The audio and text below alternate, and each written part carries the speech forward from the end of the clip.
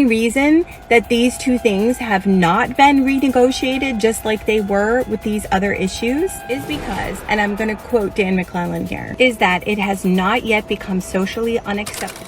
Promoting these harmful and hateful readings of the biblical text still serves people's structure of power and identity politics to promote them.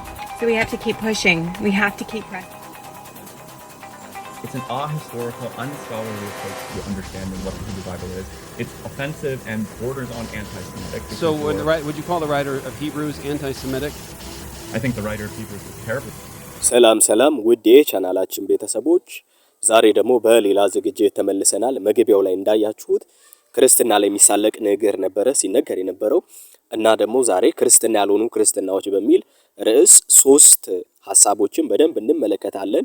እስከ ፍጻሜው ድረስ አብራችሁን ቆዩ። ቻናሉን ሰብስክራይብ ያላረጋችሁ ሰብስክራይብ አድርጋችሁ የደወል ምልክቷን በመጫን አዳዲስ ቪዲዮዎችን ስንለቅ ቶሎ እንዲደርሳችሁ አድርጉ። ቀጥታ ወደ ቪዲዮ። በዓለማችን ላይ ብዙ አይነት ክርስትና ሳይሆኑ ክርስትና መሳይ ትምህርቶች ይገኛሉ። በዚህ ዘመን ለቤተ ክርስቲያን አደጋ ከሆኑት ራሳቸውን በክርስትና ስም ከሚጠሩት ግን ካልሆኑት 3ቱን እንዳስሳለን በዚህ ዝግጅታችን ማለት ነው። በደንብ እንድታዳምጡ በደንብ ለሌሎችም እንዲደርስ ይህንን መልእክት ሼር እንድታደርጉ እንፈልጋለን። አብራችሁን ቆዩ። የመጀመሪያ አንደኛ ሊበራል ክርስቲያን ቲዮሎጂ ወይንም አጥባቂ ያልሆነ ነፃ የክርስትና አስተምህሮ ነው። እነዚህ ክርስቲያኖች ናቸው ብሎ መቀበል በጣም አስቸጋሪ ነው። ምክንያቱም ሊበራል ክርስቲያኒቲ ዘመናዊውን ሳይንስና ዘመናዊውን አስተሳሰብ ከክርስትናው ጋር ማሳረቅ ይፈልጋል። ሳይንስ ሁሉን አዋቂ ነው፣ መጽሐፍ ቅዱስ ጭፍንና ውሸት ነው ይላሉ። ለእነርሱ የመጨረሻው የስልጣን ቁንጮ ሰው ነው የሚወስነው ትክክልም ያልሆነውን ነገር የሚል አስተሳሰብ አላቸው። የሊበራል አስተምህሮ መሰረቶች የሚከተሉት ናቸው። አንደኛው መጽሐፍ ቅዱስ እስትንፋሰ እግዚአብሔር አይደለም፣ ደግሞም ስህተቶች አሉበት፣ ፌለብል ነው መጽሐፍ ቅዱስ የሚል አስተምህሮ ነው። ስለዚህ የትኛው ስህተት የትኛው ትክክል እንደሆነ ይመርጣሉ ማለት ነው። ምክንያቱም መጽሐፍ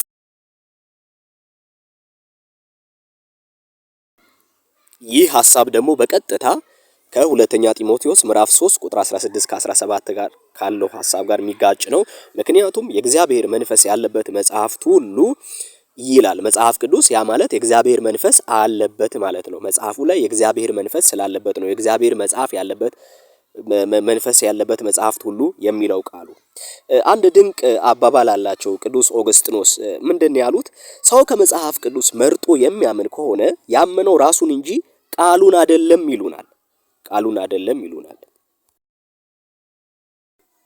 ሁለተኛ ኢየሱስ ከድንግል መወለዱ አፈ ታሪክ ነው፣ ውሸተኛ አስተምሮ ነው ይላሉ።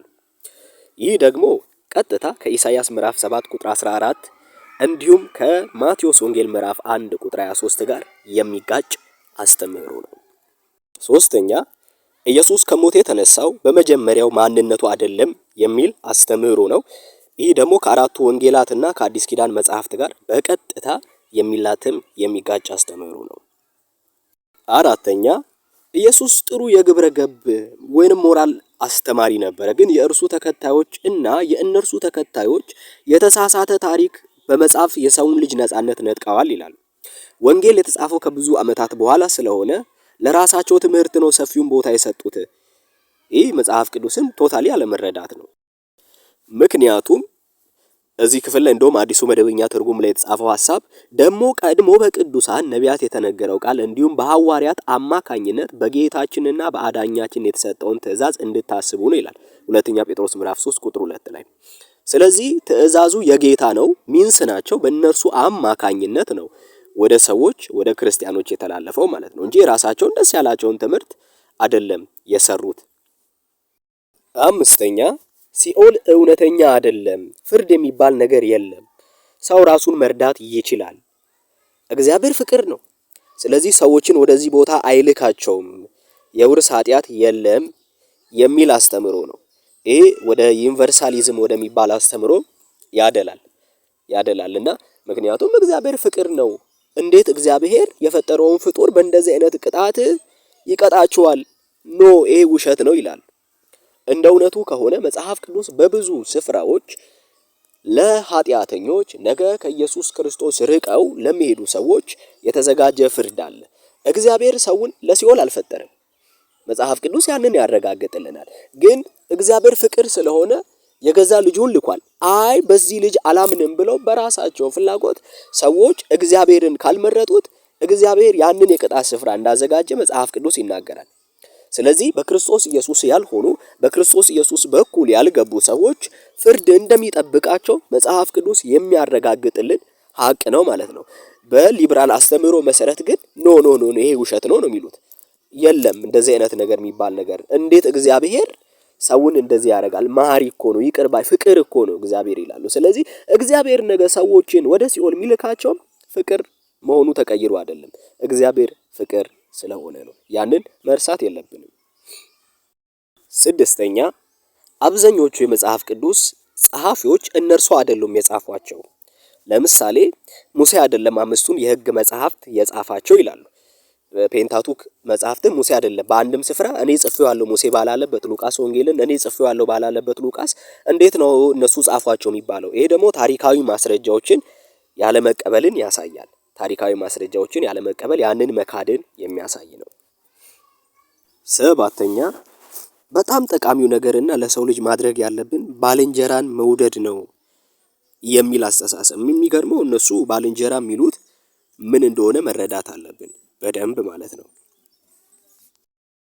መጽሐፍ ቅዱስ በአንደኛ ቆሮንቶስ ምዕራፍ 13 ቁጥር 6 ላይ ስለ ፍቅር ሲናገር ከእውነት ጋር ደስ ይለዋል እንጂ ስለ አመጽ ደስ አይለውም ነው የሚለው።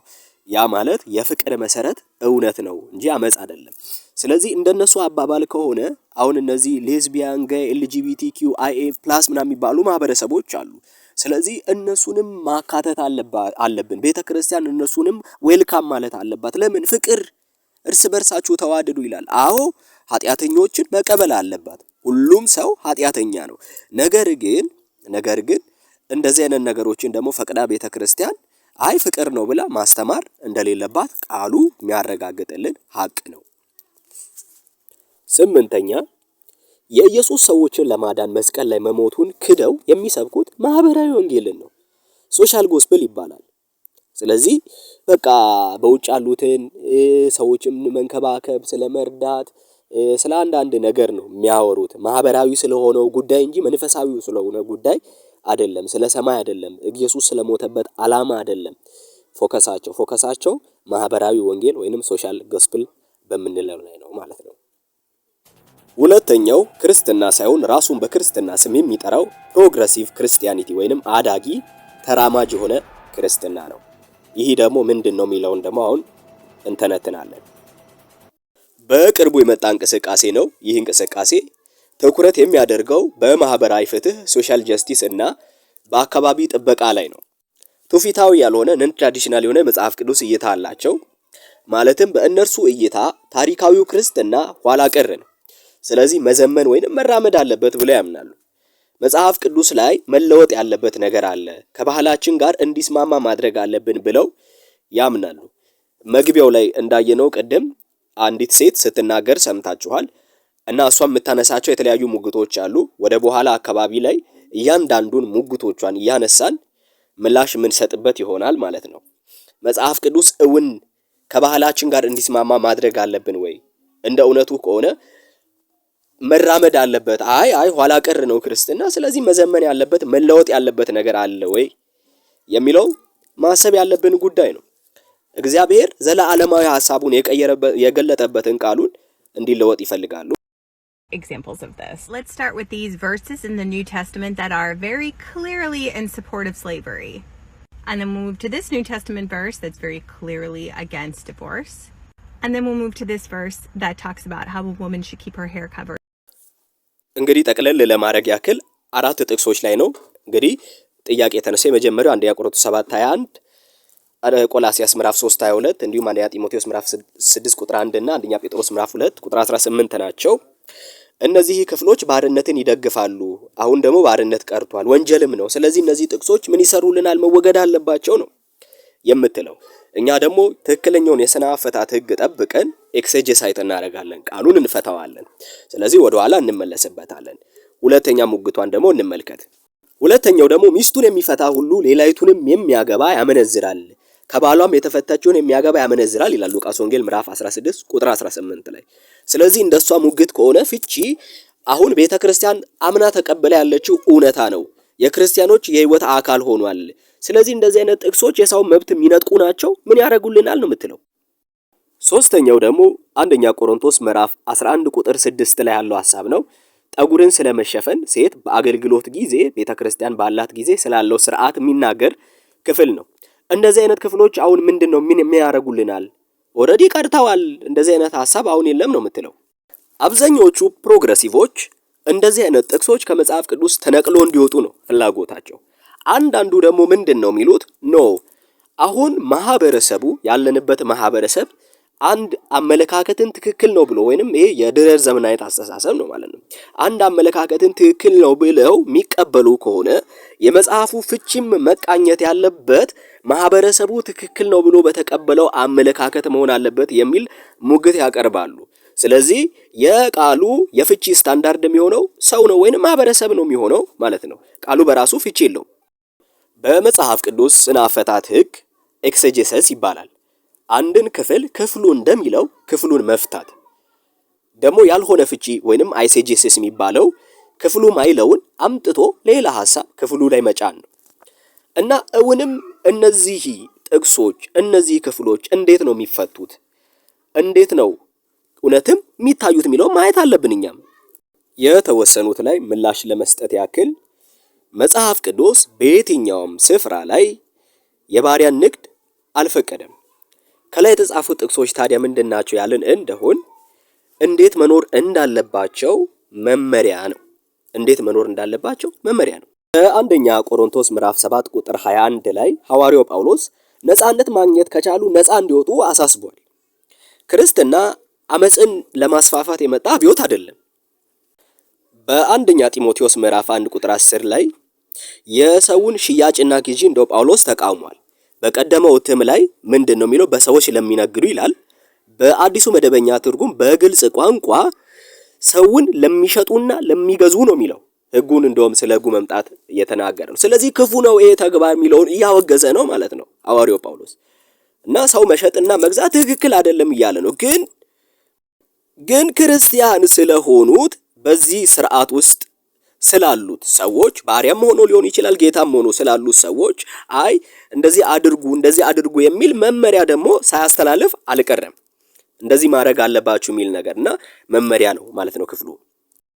ስለ ፍቺ በተነሳው ክፍል ደግሞ ያው መጽሐፍ ቅዱስ ግልጽ ነው አስተምሮ ፍቺ የተከለከለ መሆኑን ብዙ የመጽሐፍ ቅዱስ ማስረጃዎች አሉ ማቅረብ እንችላለን። ጌታችን ኢየሱስ ክርስቶስ ግን ሊሚትድ በሆነ ወይ ምናልባት በዝሙት ኬዝ ካልሆነ በስተቀር ነው የሚለው።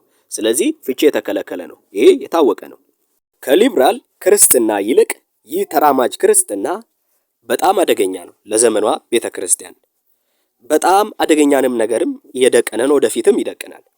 ቤተክርስቲያን አምና ተቀብላ ስትኖር የቆየችውን ስርዓት በዓለማዊ ቅኝት መቃኘት አለበት የሚል ሙግት ያቀርባል። ስለዚህ ቤተክርስቲያን ውስጥ ያለው እያንዳንዱ ነገር በዓለማዊ ቅኝት መቃኘት ይጀምራል ማለት ነው።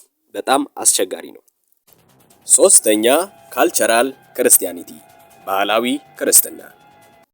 አንድ አባት ሲናገሩ እንዳሉት እምነት ሲያረጅ ሃይማኖት ይሆናል፣ ሃይማኖት ሲያረጅ ባህል ይሆናል፣ ባህል ሲያረጅ ደግሞ ጣዖት ይሆናል። ባህላዊ ክርስትና ማለት ሃይማኖት ነው። ራሱን ክርስቲያን ነኝ ብሎ የሚጠራ ግን ከእምነቱ ጋር ያልተጣበቀ ነው። ባህላዊ ክርስትና የስም አማኝ ነው። ከኢየሱስ ጋር ምንም የግል የሆነ ግንኙነት የለውም። ግን ከቤተሰቡ በውርስ ወይም በሌላ ጥቅም ምክንያት ነው ራሱን እንደ ክርስቲያን የሚያየው። ባህላዊ ክርስትና ከመንፈሳዊ ይልቅ ማህበራዊ ላይ ያተኩራል። በክርስቶስ የማይኖሩ ባህላዊ ክርስቲያን ይባላሉ። በወይኑ ቅርንጫፍ ላይ ያሉ ግን ያልተጣበቁ ናቸው። የዮሐንስ ወንጌል ምዕራፍ 15 ቁጥር 1 እስከ 2 ላይ ያለው ማለት ነው። በቀደመችው ቤተክርስቲያን እንደዚህ አይነት ነገር አልነበረም። ወይ ክርስቲያን ነህ ወይ አይደለህም፣ መሃል ሰፋሪ መሆን አይቻልም ነበር። ምክንያቱም ክርስቲያኖች የስደት ኢላማ ነበሩ። የኢየሱስ ተከታዮች ወይንም ክርስቲያኖች የሚለው ስም እንኳ የተሰጣቸው በአሳዳጆቻቸው ነበር። ወርቅ የሚመስል ቅብ ያለው አርቴ እሳት ካላገኘው አስመስሎ ደልሎ ይኖራል። ልክ እንደዚህ ነው ባህላዊ ክርስትና። እንዳለመታደል ሆኖ አሁን ክርስቲያን የሚለው ቃል በዓመታት መካከል ትርጉሙን አጥቶ የሚወክለው አስተሳሰብን፣ አመለካከትን ሆኗል። የህይወት ስርዓትና ለእግዚአብሔር መታዘዝ መሆኑ ቀርቷል። ባህላዊ ክርስትና እውነተኛ ክርስቲያን አይደለም። ስለዚህ ከወዲሁ ማወቅ መለየት አለብን። ቻናሉን ሰብስክራይብ አድርጉ። ለሌሎች ሰዎችም እንዲደርስ ሼር መደረጉ አይረሳ። የክርስቶስ ጸጋ ይብዛልን።